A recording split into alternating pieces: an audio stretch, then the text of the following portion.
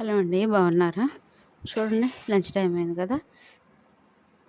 మా ఆయన గారు అయితే వచ్చారండి.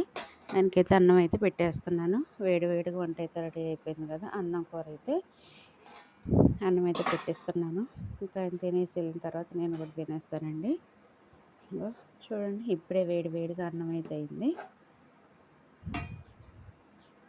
వేడి వేడి అన్నం ఒక ముద్ద తిన్నా చాలండి, అంత బాగుంటుంది. చల్లగా తినేదానికంటే వేడి వేడిగా తింటేనే చాలా బాగుంటుంది. చూశారు కదా, వేడి వేడిగా అన్నం అయితే పొగలెళ్ళిపోతుంది.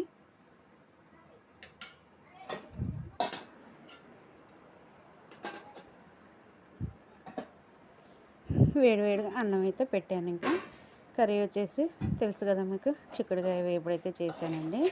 ఇవైతే మా చెట్ల కాయలో తీగకి కాసిన కాయలు అనమాట. వంకాయ వేపుడైతే చేశాము. ఇక మా ఆయన గారు అయితే తినరని చెప్పేసి ఇక ఏంటంటే నేను నాకు కొన్ని ఒక పావు కేజీ మందం చిక్కుడుకాయలు తెంపేసి వాటిని ఫ్రైలా చేశానండి. టమాటా వేస్తే ఇంక రోజు ప్రతి కర్రీలో టమాటా అవుతుంది, ఎందుకులే అని చెప్పేసి ఒట్టిగా పొడి పొడిగా ఫ్రైలా చేశానండి. కర్రీ అయితే సూపర్గా కుదిరింది.